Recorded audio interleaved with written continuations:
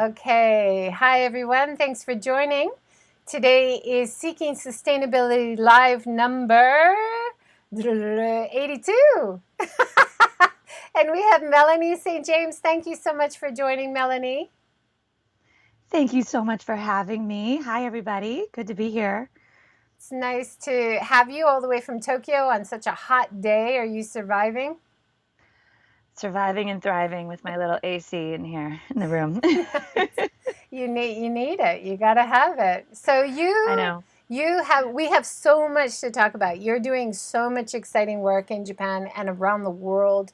So I'd like to just dive in and start talking about what you have already built past, and then what you are currently doing, and then in the future at the end. Does that sound okay?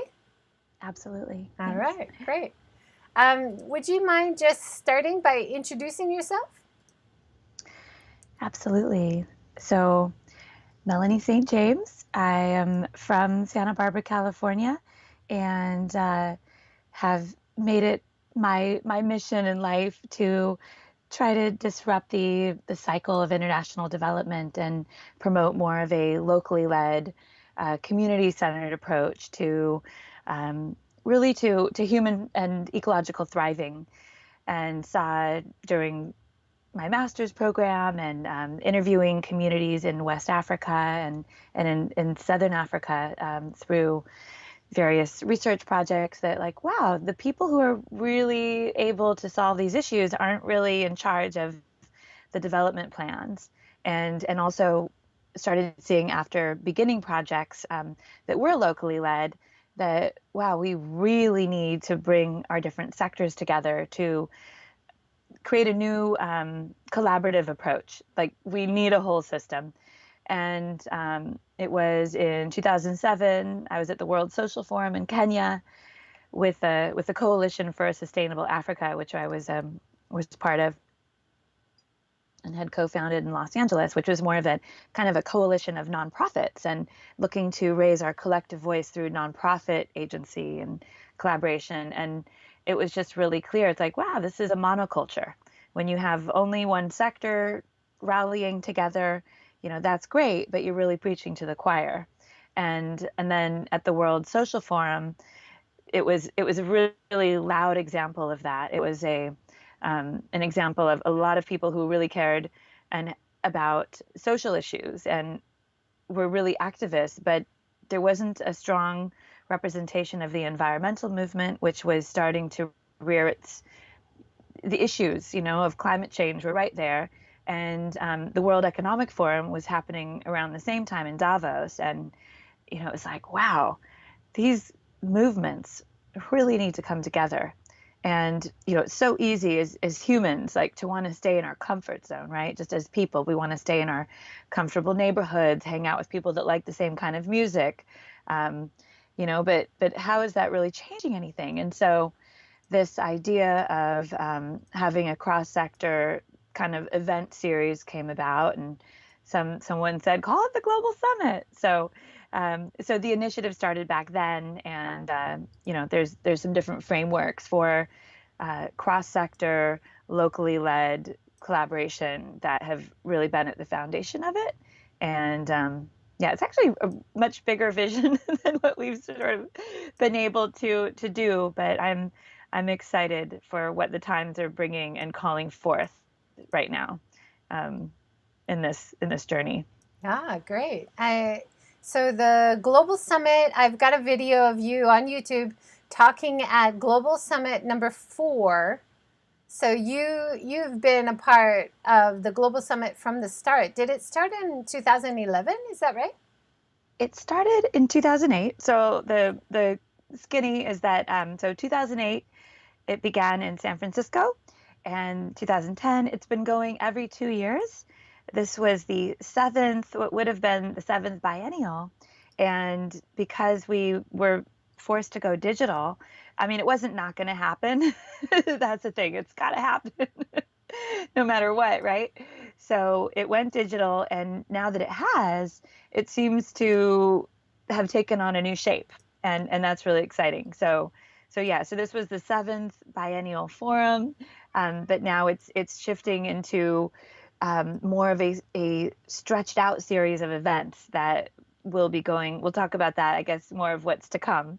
But we're framing it with the impact games, and so we've also kicked off what would have been the cultural reception, because art is a huge part of it. It's really embracing the power of art and culture, and to connect people and to overcome a lot of the differences and bridge building. But so we kicked off with this 20-hour round the world concert that was Tokyo's, East Asia, and then what we call the crossroads, and then to the cradle, which is Europe and Africa, to the Atlantic, being Rio up to New York, and then finally the fifth leg, which was the Pacific return. And so that was a big innovation for this year. So a lot of things are in flux, but this would have been the seventh. It was the seventh, but now we're going every year is the plan right now, So to I've bring got more it people in. on screen right now, the Artists in Action Unite and the Leaders Forum. So that happened last week, did it? Yes, it did. Yeah, it looks like I caught some of the Artists in Action, and that was great, showing music from around the world. It was all live streamed on Facebook, right? It was really great energy. Yeah, amazing, amazing. And actually, in 2008, that was the greatest wish of the community. The laying the foundation edition of the series brought 200 sustainability leaders, people like that you're probably aware of, Gunter Pauli, Hunter Levins of the Rocky Mountain Earth something institute. Anyway, just amazing pioneers across 6 sectors. And so we had 2 think tanks. One was to identify the sustainability principles for each of our 6 sectors, and those 6 sectors are artists in action is one of them, actually. Also responsible media groups, sustainable businesses, educational institutions, social entrepreneurs, and collaborating nonprofits. And so the idea is to move out of a representative government only, or an NGO fixing things with donor money kind of silo, into more of a holistic, what would it look like if we had a collaborative global society where all of the different sectors, or, kind of professional guilds, were really looking at ourselves as part of an ecosystem and saying, what does my piece need to do to create a sustainable world? What is the best practice sustainable principle? And so each of those 6 sectors had about 30 leaders and pioneers of sustainability that associated within, as an artist or a responsible media group, and they identified 5 principles. And so that's really the foundation of a principles-based self-governance system. And then the other think tank was where we had cross-sector collaboration in the program goals of the Global Summit.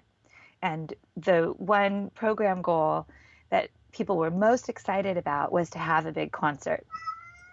But in order to have a locally based event, because a big part of our value system is that these decisions and the projects and solutions need to be locally based. And so it hasn't really worked to have a giant global conference where everybody's flying around the world, because that's totally the opposite of how we're going to create a sustainable future.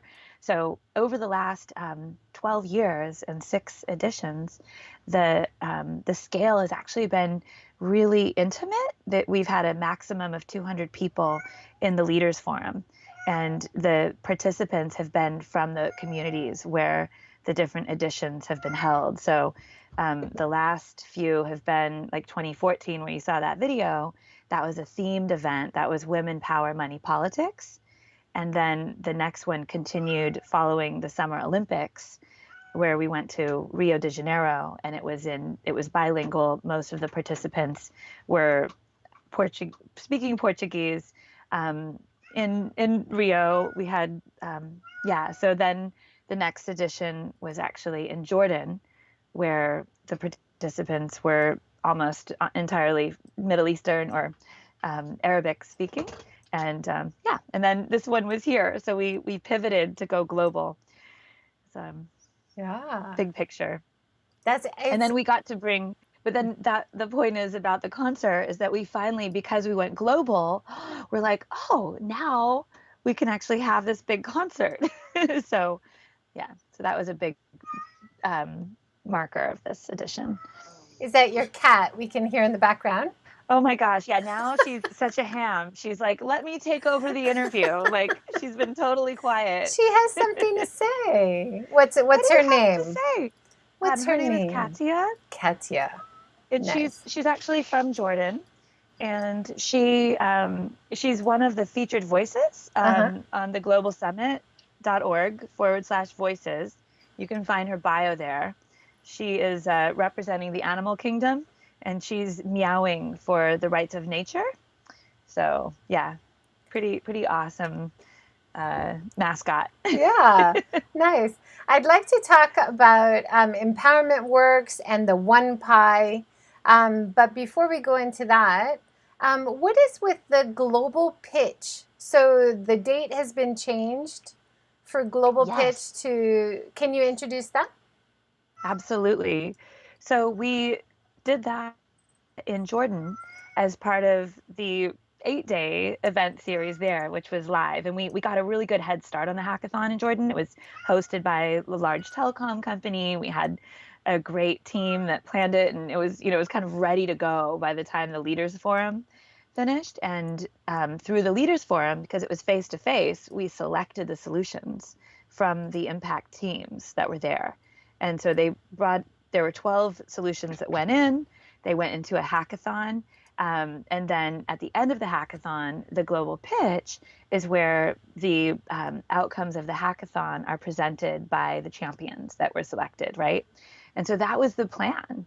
And What do you mean by a hackathon? Can you just, yes, yeah. great question. Because I think when we say hackathon, people have all different types of ideas. And the majority of hackathons is you do ideation as well as the prototypes at the same time, right? So what the hackathon is people come together with different skill sets to solve a problem, or to up level a business, or to address something. And you can have many challenges. It might be that a business is coming in, or people are trying to hack, just create a solution for the SDGs with technology or policy.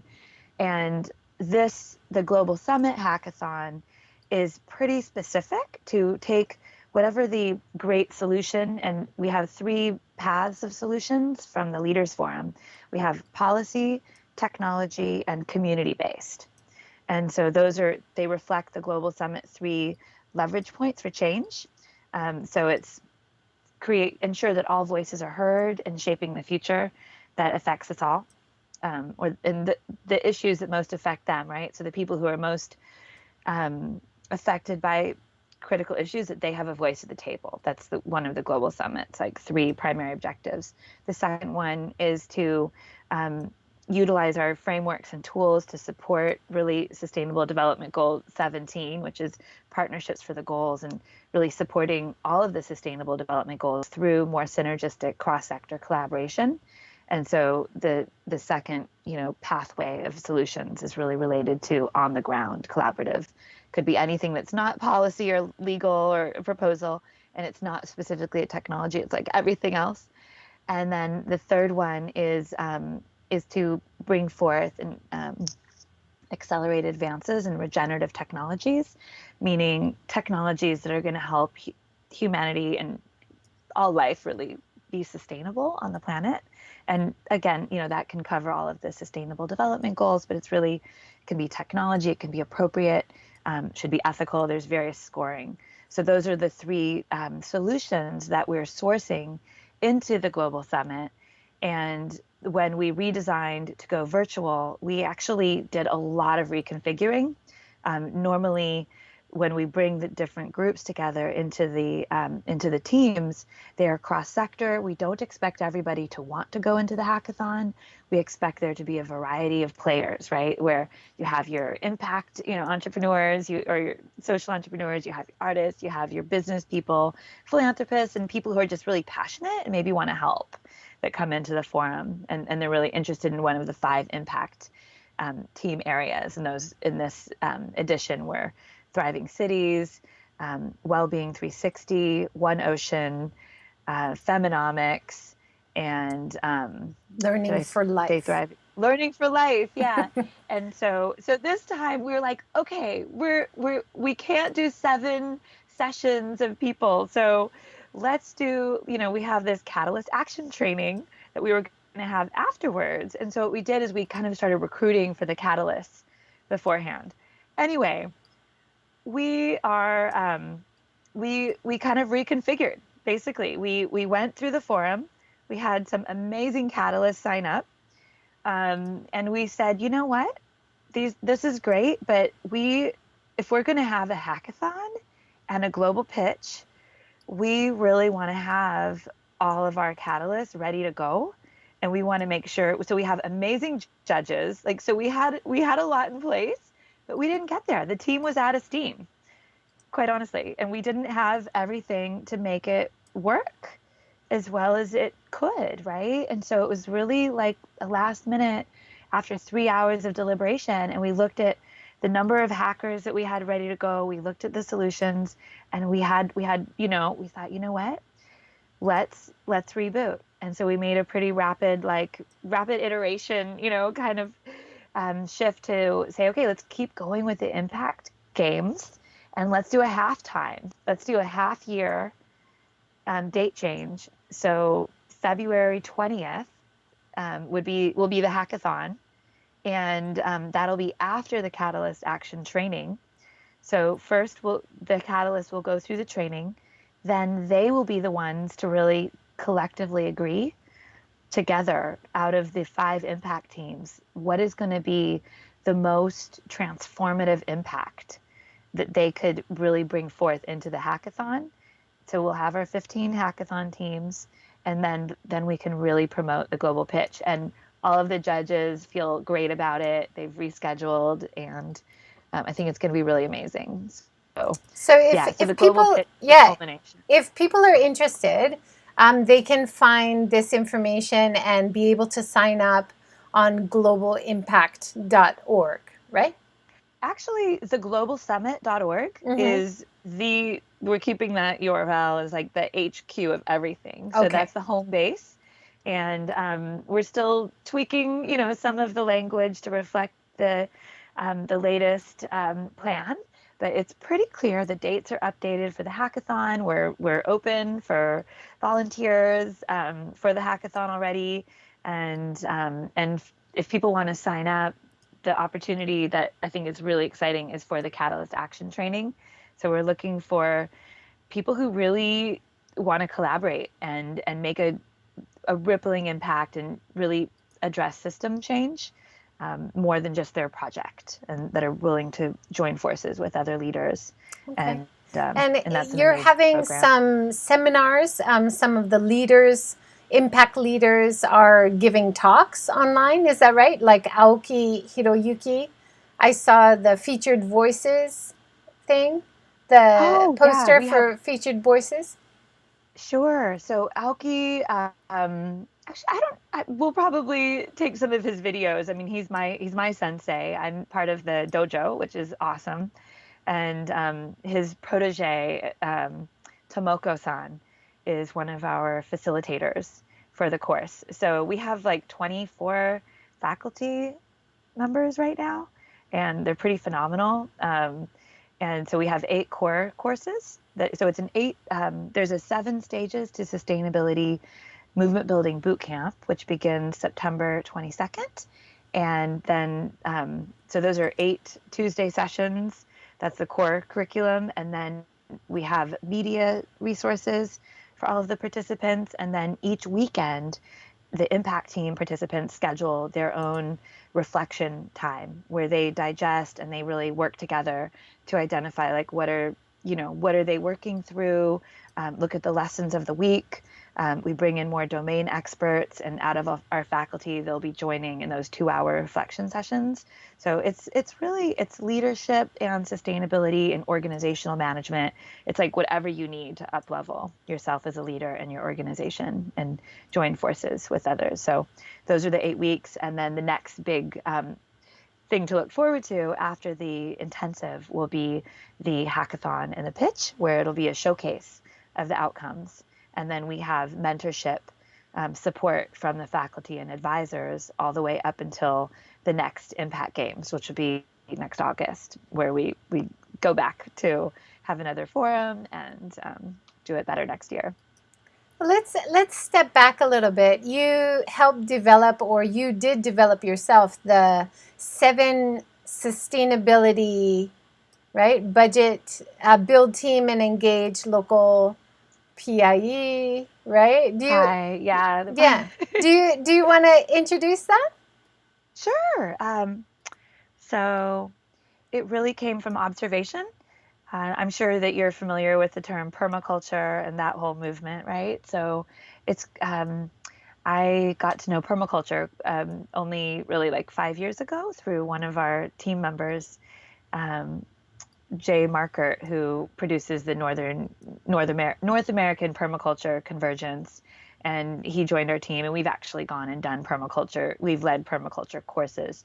So anyway, backing up, the origin of the 7 stages to sustainability, which is what we're calling it, it really came from interviewing and talking with communities that are really earth-based and working, living within natural systems in West Africa, and called animism.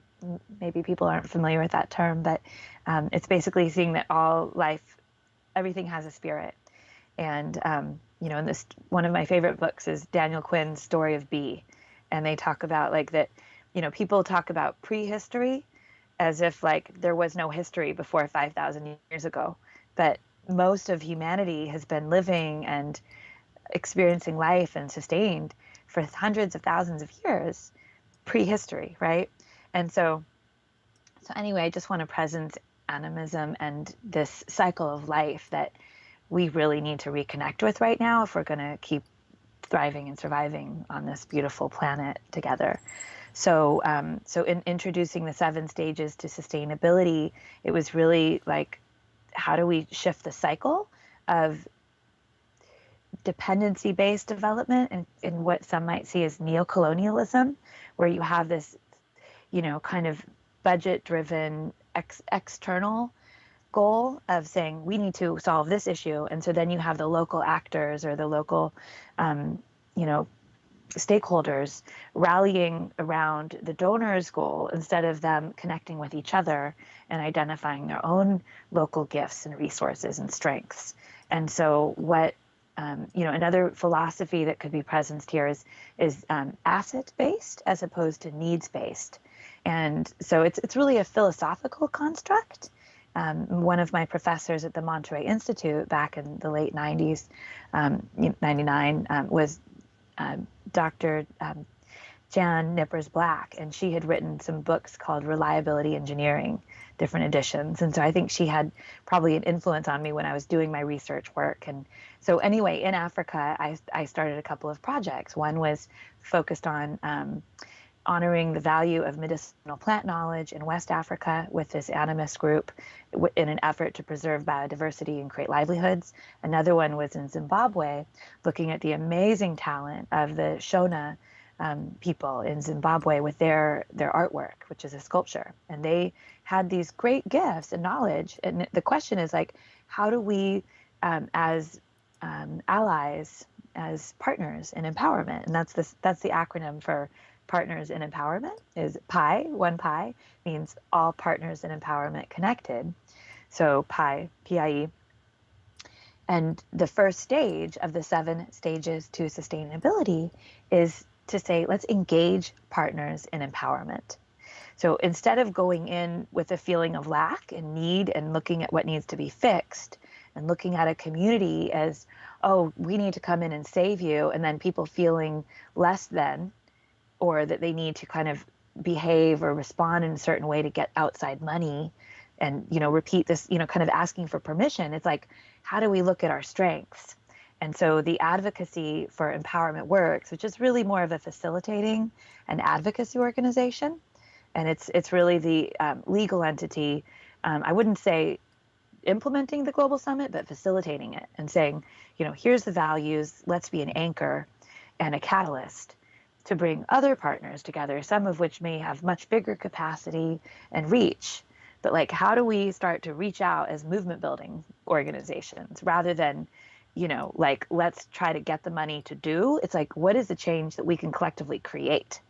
Right. So I know I'm sharing a lot, but I'm just trying to get this kind of stream of consciousness out there. So the 7 stages to sustainability really embodies this philosophy. And so, before you even start to say, who are my partners in empowerment, the Catalyst Action Training, it's in the training, we have stage 0, which is first know yourself and be clear with yourself when you're coming in, so that you're like not coming in trying to fix, but like being, coming from possibility and respect. And then it's about how do you be a catalyst and engage those partners in empowerment. And then stage 2 is once you have that collective diversity of the 6 sectors that I mentioned earlier with the Global Summit, where artists, media, and having artists is so critical, by the way. That's why I'm so excited about the Artists in Action Unite concert and what we're going to do together with other artists, with artists. So engaging artists, media groups, educational institutions, businesses, and social entrepreneurs and nonprofits, not just nonprofits to fix things, right? But really engaging the community, those that have the perspective and have different resources. And when you get everybody into the conversation, then they can bring in so many, you can multiply the gifts and possibilities. And then from that strength, you create the plan together. And so the vision and what we're advocating with OnePIE, which is something that we're iterating on different platforms, we're actually looking at different software systems to see how we can weave together different tools. So we're working with Joomla. We've been using Lavera with a project, system, working with Dolphin, community. So we're trying to figure out the online component, but the overall goal is to bring together a larger network to then invite the global community, the INGOs, the big, donor agencies, business, investment, impact investors, and say, let's meet these communities at their stage 3, right? So when they've like had the time and the space and the tools to connect and create their plan, and then stage 1, 2, and 3 are really intended to be local stages. And this is all described if you go to the path on the globalsummit.org. There's a summary of everything. I'm showing it, right now. Oh, great. Okay. Yeah. And Awesome. and also I'm showing the founding case study, some of the screenshots from your Zimbabwe part. Oh, So great. that was a really interesting, very meaningful case study you did, and helped with education, helped with vulnerable children. It sounded like a really amazing project. Yeah, Zimbabwe has a lot to teach us still. And I feel like, there's the world has everything right there if you just look around. Like that's the beauty of having had nation states with these little experiments of governance, right? And everything that could go wrong. And I was there in Zimbabwe during the co-creation of these projects with the artists and Julia. And, it's so important to have ownership. And Julia Kunzekwanyika with the Julia's Home for Happy Colors, that was her project, right? I mean, things went wrong. Like it definitely was not perfect at all, but like she really took those kids in. And like even when, we supported that for 8 years, but then, it was not possible anymore. It had to go on and do it. And she raised those kids and they've had weddings and they've contacted me. And it's like, it has to be locally owned. So I think that was a big lesson there. Yeah. And then there is some other examples I'd love for you to talk about. On YouTube, I found your interviews, really excellent interviews you were doing in the 2/3 project. Oh, climate change in the Uh-huh. 2/3 world. Yeah, it's not the third world, it's most of the world. So, right? So, yeah, I was just actually speaking with our chief team builder Paulina today, who's doing supply chain management and at Sophia University today, about how rapid climate change is gripping the world right now, and like how quickly people are having to adapt. I mean, the change is happening; it's undeniable. it's like migration is happening. We're in it. And that was 3 years ago. And I was interviewing farmers who were being hit by, for them, it was like a bit of a monsoon season. And Zimbabwe is already a food insecure country because of some really poor policymaking that's taken place, as well as colonial problems and, a lot of issues. But when I was there in 2001, 2002, starting those initial projects, it was when it really became an autocratic dictatorship, right? With Mugabe kicking out the white farmers and, political murders. And, it was really like hard times, really hard times. And it's just, yeah, now it's food insecure, and these farmers that I was interviewing, and their crops are flooded. It's a really real issue. And then I was in Nepal, where we had the first kind of women focused catalyst action training there, and they were also dealing with, yeah, I mean, it's undeniable, food insecurity, and also right now, look at what is happening with, like, just in Japan.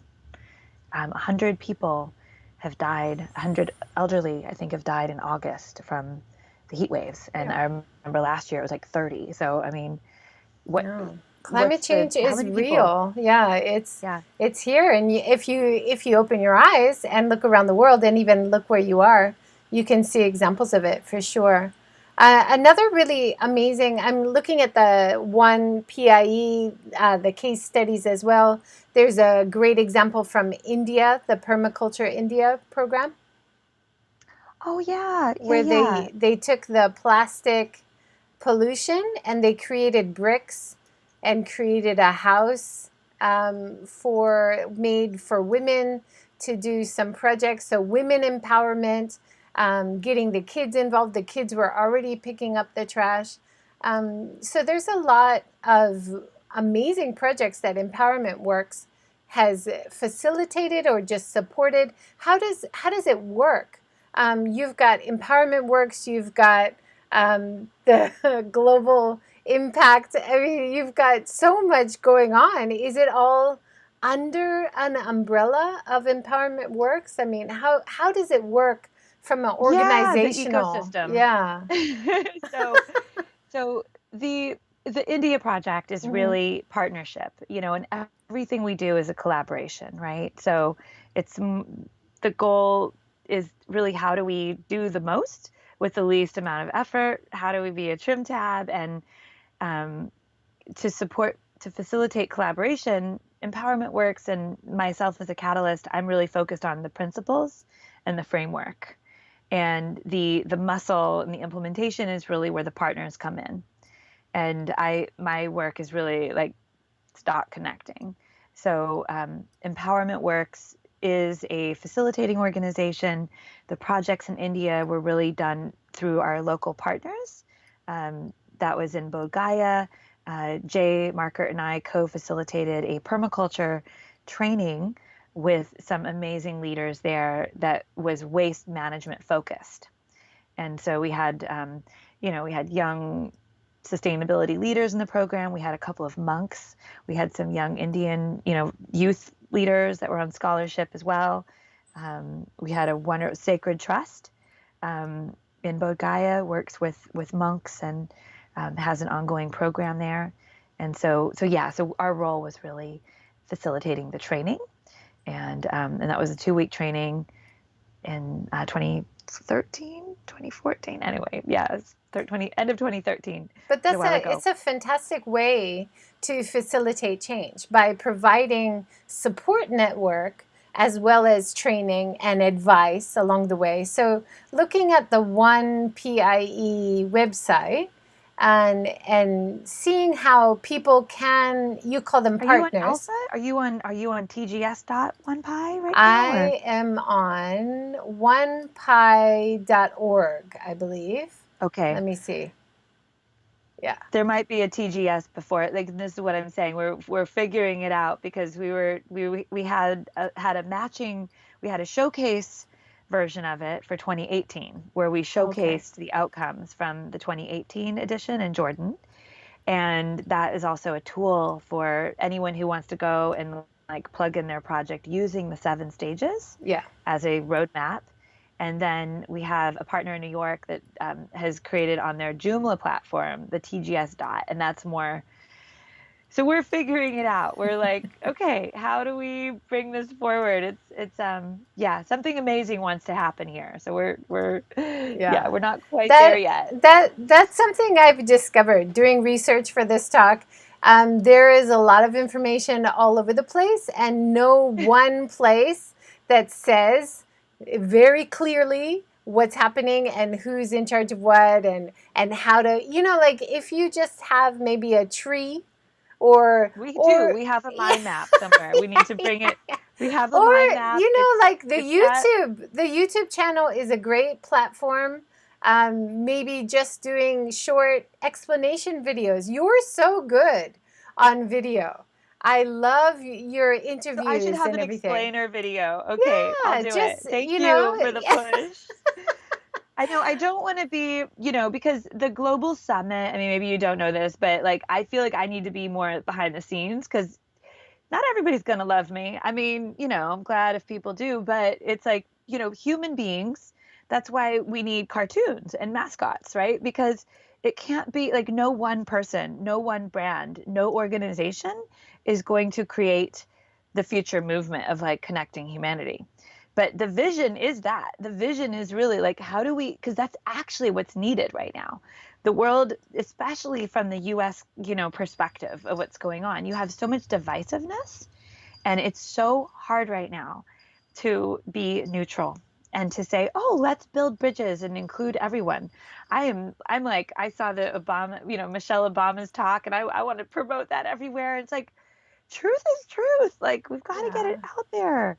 Yeah. So we're figuring it out, and it's No, I get it's it. yeah. You've got some great materials, but you also, because you're inside of it, because you've been doing it so long, you have a lot of jargon that people outside your circle would not understand. You have a lot of key words that you guys use amongst each other, which you understand, but people just looking for the first time, they would have no idea what a catalyst is. What do you mean by a hacker? So just having short tutorials on Facebook video, on YouTube video, just Yes, explaining each term, and I then love it. leading people to places easily where they can sign up and get involved themselves. Well, that's what's exciting too. And it's like, as much as you can be like, oh no, that didn't go as No, planned. But no, I yeah, think the universe was helping us out by just the right amount of things going wrong that it didn't make sense to do the hackathon because it was so many different things going on at once. I think it was hard for like our channels to create the clarity of like, here's what's now, right? And so now that we're spreading it out around the year, we can really bring our audiences that are collaborating saying, here's what's happening this next couple months, right? And then people can kind of know what's coming yeah, and participate in that. And yeah, just taking the time. It's like, and sometimes you need to, right now, we need to throw a lot of spaghetti on the wall and see what sticks. yeah. We need to be doing Well, a lot, like as a community, rapid you iteration. probably already have that data. Like, don't you see maybe your Facebook pages are taking off, but your YouTube is not growing. Your Twitter, I mean, you look at all your media outlets and you see where people are most engaged. Now, usually, right now, it's Facebook. People are on Facebook a lot for this kind of information. Yeah, because we didn't do anything with it, right? Until now. We're like, okay, now how do we build that, right? It's like, No, I mean, you just keep yeah, at it. You keep being consistent. You make things like Google, Facebook events and invite people, and they invite other people. It's keep just growing. making your community. You're so good at bringing the community together in your face to face interaction. So, this is our new reality during COVID that everything has to be online. It's just a bit of an adjustment, right? You can do Yeah, and it. You can do what's it. gonna Don't help give up. people? Thank you. Thank you. You're great. You're like, I didn't know I was gonna get coaching. This is awesome. That's me. I'm sorry. I can't help myself. You're like, Yeah. what? You're like, oh, what? This is all over the place. Yeah. So it's like, it's the world, movements are built by brands too, right? And so I have a role, we have space for other roles. And one of the challenges, it's like I said, there's this paradox between the need to go local, right? Like, and then also what it takes to have a locally led event. You need a year there. You can't go year. You have to take a couple years. And when you wait 2 years before the next one, it's really hard to have a sustainable organization, right? It's like you can't have the supporting partners and all that for a 200-person local event. No way. It's just not enough people. But so now that we're going virtual, I feel like we are going into an era where we can have that year-round support community. We can have the scale, and we can really achieve the greater vision and need and potential of this, which is not just having an event, but actually through the event is being a governance, when I say governance, it's like, it's not like we're going to come and be the new like security council. But if we really think about, like, I'd actually love to hear from you and from our audience, like, what do you see as missing? Like, what do you all see would create greater human security right now in a time when the UN isn't taking decisive action? We've had war in the Middle East for 20 years. We have had, we're not having a response to climate change. We're still allowing tankers, to spill all over Mauritius and have no consequences. I mean, when does it end? When do human beings who have children and want to care for those kids and have like a, a livable planet start to have a voice, right? So I just like to know who's got solutions. What is our highest possibility as a humanity? What needs to happen? And then how can the global summit be of service? It's like, yeah, Empowerment Works is there. We're a legal entity. We manage, we make sure it's transparent. We happen to be fiscal sponsor for 40 something amazing, regenerative projects around the world. And so we provide that role, but like the Global Summit, it's not Empowerment Works. We're, in service to it, and we hold that mission, but it's really about bringing all the other movements in. And, how do we be that in service to this greater movement? And then what does the team need, right? So, I mean, I think that's where the branding needs to go, is to really solidify what is the Global Summit to you, and how do we bring our cross-sector global community into it, right? Yeah. And we've made some leaps and bounds with our messaging and had a lot of great, support the last month, and we've got a ways to go, and I'd love to talk with you more about that. But yeah, I just want to kind of hand it back to you because that was a big question. No, of What is course. needed right now? You have this one great page. Well, you have a great slideshow on the OnePIE website, which I found. And so you have this great page, and it says, "What is sustainable?" And you talk about people, prosperity, peace, partnerships, and planet. And I think that in a nutshell is the way forward, right? That, especially what you guys are so good at, is supporting, training, and collaborating, and spreading the message, and now that our transition to more online stuff is happening, this shouldn't be such an impossible ask, right? It should be, everybody's got a smartphone. Who was I talking to? Refugees International Japan. I was talking to Jane Best in the series, and she's talking about this is a huge shift. We're working with people around the world who don't have smartphones, who don't have internet. So, in that way, if you're working with partners, like you say, around the world, there is a big gap between what you can do and what they can do. But you already have great information about them. So it kind of falls back to you to repurpose the videos and pictures you already have and contact them any way that works, by telephone or email or whatever, and do their updates from a place where you have digital connectivity and digital know-how. I mean, that could be a way forward.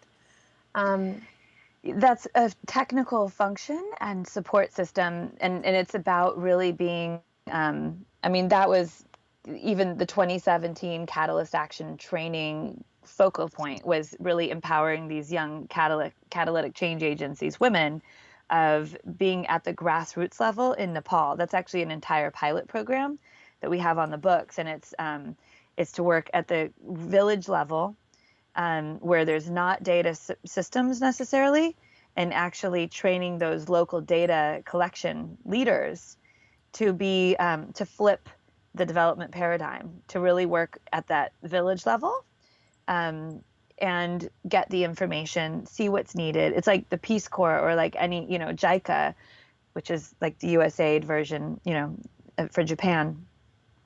Um, there'll be aid agencies that go in, go out, and there's not a consistency from the, like the ownership, right? So yeah, there's process stuff that can be transformed with technology if you put program action and commitment to it, right? And there's a lot of different stakeholders that need buy-in for that, right? So it's like, I guess that's the point, is like we have to stop acting like single NGOs with our little projects.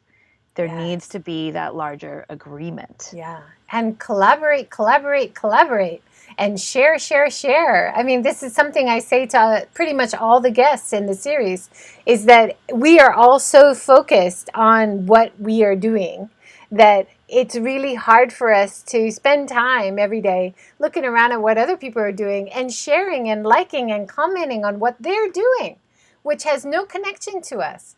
But that has such value in terms of Mm-hmm. For the media. oh, completely. Huge, huge value. And it That's the encourages them, design. right? That's what I want to say, is like that's the strategic design of the Catalyst Action training right now, is that we're bringing together up to, we'll be happy with 50. Honestly, it's a lot of people in this kind of an acceleration training. But the idea is to have up to 20 in each of the 5 impact teams. So, we have seen, like, people are not going to jump. If they're a real movement builder, they have a project. They're not going to go and work on somebody else's project. But if we can at least bring them together every week to like deeply engage, right? And then say strategically, like, that's where we need more of these forums that are cross-pollinating and honoring that everyone does have their own project, right? People are not going to go do something new, right? But like, how do we make it useful for them? How do we create enough of that carrot and that incentive to bring them together, Yeah, right? So, no, it's so great, and media can be that facilitator. I think You so. know, Yeah, yeah, that's talk show. that's that's my role. That's my coronavirus project, is to do this series and to try so hard to reach outside my circle and draw you guys in so that we have something connecting all of your amazing great work all over Japan, and for you and many others all over the world. It's not just Japan.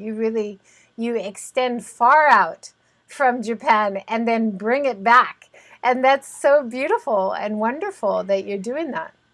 Well, I'm so happy with the leaders that I've met here. I mean, I know you've had a few already. Jackie Steele has been such a powerhouse leader and just such a vocal change agent and roller, really, like bringing so much wisdom. So, I am actually going to be departing from Japan in about a week, but Are you? I hope, Wow. yeah, after being here a year, because I came here for the Global Summit with the Tokyo Olympics and da da Okay, da. okay, yeah. And so I'm really hoping that I can continue to be of service and to be, like, if we could collaborate and we have the Voices 365 series going on to bring our teams and, the movement Yeah. to Are you going the back to world. California? Where are you going? I will be going home to Santa Barbara and then moving to Naples, where my mom is based, Wow. and I'll be there a few months. And then I think I'm going to be transitioning to Southern Africa. There seems to be a wide open door there, and that's where, like, originally we were going to have the 2022 edition, but now that we've shifted annual, and actually a handful of the catalysts in the Catalyst Action training are based in South Africa. And so in our last session, it's on YouTube and I think on Facebook, but it was the Paragons of Possibility and the Governance Meets Innovation closing session. It's an amazing session with Toko Makowenje, I'm saying it wrong, Makowenje, who's an ambassador of South Africa. And we're talking about movement building, and like she's like, let's do it, you know? And she's like, next venue, Cape Town. Oh, So great. yeah, That's so I'll awesome. be going back to Zimbabwe for a medicinal plant project, a health project that I'm working on, just very part-time, you know, it's like a pet project. Um, but yeah, and then like continuing, like really working to build more capacity and not be spread thin, but like Yeah. see what role I can play and do the Definitely. training. Well, I mean, from doing research for this talk and watching so many of your videos, I am so impressed with your interview style, how you go around the world and talk to people who are going through their own challenges about climate change, about community development, and you help spread their message and their successes, their hurdles to a wider audience through video or through what you're doing. So please keep that up. Keep doing Thank it. you. Yeah, Thank you. and whenever you travel, whenever you meet people who are teaching you things, ask them to do a short video interview and post it because the future is video. You know, people are so engaged right now to anything, um, you know, that's of interest or important or now, and they can believe it because it's live streaming or it's video, right? They can Yes. engage with it. Yeah. So that's one of your skills for sure. I hope to see more of that. Likewise. Thank you. We have 8 more minutes. So we just talked a little bit about your future. I found this amazing interview you did with Standing Rock. Do you want to talk about Oh, that a little bit? That's still very relevant. And so relevant and it's happening right now and there's a big stuff going down. I've barely had time to catch my breath after the last week. But um yeah, it's just wow, where to even begin to yeah. describe Standing Rock? It was the largest gathering of North American tribes in history, modern history, and protesting against the North Dakota Access Pipeline, which was cutting, and I think it has cut right through the Sioux territory, the Lakota Sioux peoples, not only their sacred, the water supply for the entire Midwest, which is putting all kinds of communities at risk, but also the ancient burial grounds on Turtle Island, which was the mound that was right near us. And through a fiscally sponsored project that had brought some, kind of essential tools and a dome from Burning Man, and it was a Burning Man camp that was really in service to what was going on there. And so I went with them and was there with Daniel Sheehan. Maybe you've seen the interview with Daniel Sheehan. He was the journalist behind Watergate. I mean, like amazing people were on that mission. And trying to bring the voices of the Native Americans in the U.S. and stand for them. There were over 4,000, I think, Marines or I might be veterans of some sort that came to stand as allies with the Native Americans and say, or American Indians, different people call it different, like to be feel better with different terms, but um, it's just it's really sad what's already occurred. There's different figures. I mean, there's accounts that like there were 10 million Native Americans in the US before colonization. And it's like, when does it end? When are we going to learn that might doesn't make right? And I mean, I could get into what happened there. I mean, they were trying to get Obama to stop it. Obama put some presidential thing. He tried to make it so that it couldn't be changed after he left office. It got reversed right away. It was sad. It was like we're gonna do this to you because we can, and it's the kind of thing that's going on right now in the U.S. where it's like we're gonna take you and we're gonna violate you. We're gonna violate your rights. there's complete disregard for civil liberties. I mean, it's like I just posted something on Belarus last night. It's like, we in the US need to really take this seriously. Like we can't take our civil liberties for granted. It's we're hanging on a thread right now. It is serious, and the world needs a strong, transparent USA. We have to bring the best of ourselves to the table right now.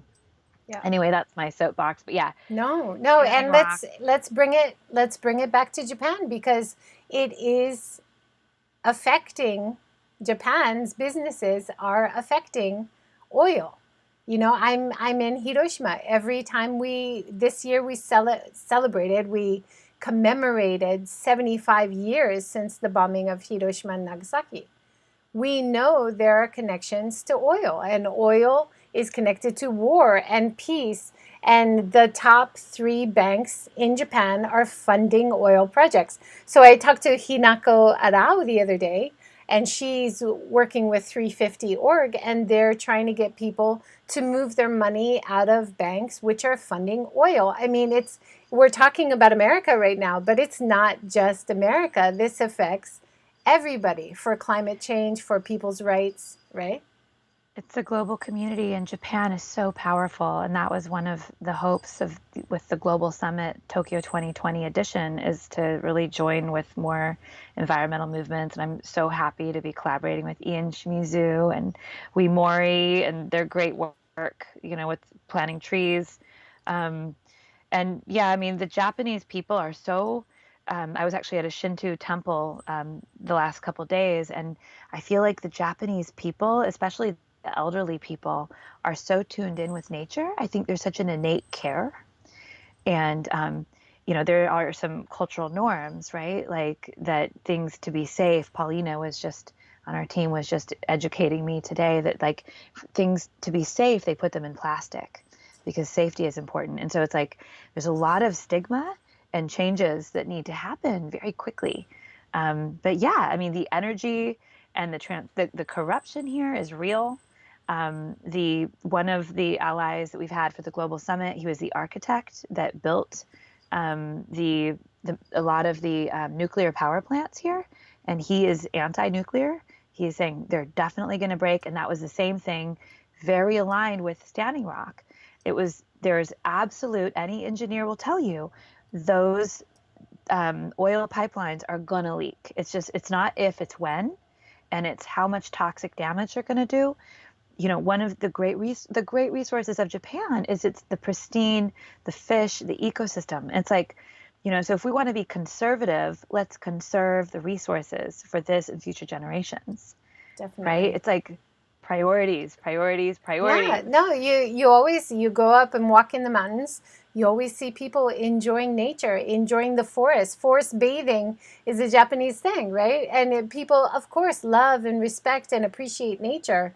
But the government is not being true and honest and not looking long term. They're only looking at short term profits. This is the problem for any government around the world in terms of sustainability, right? That's why we are trying to push for a sustainable business and sustainable living and sustainable ideas. This is at the core. You have to look long term, right?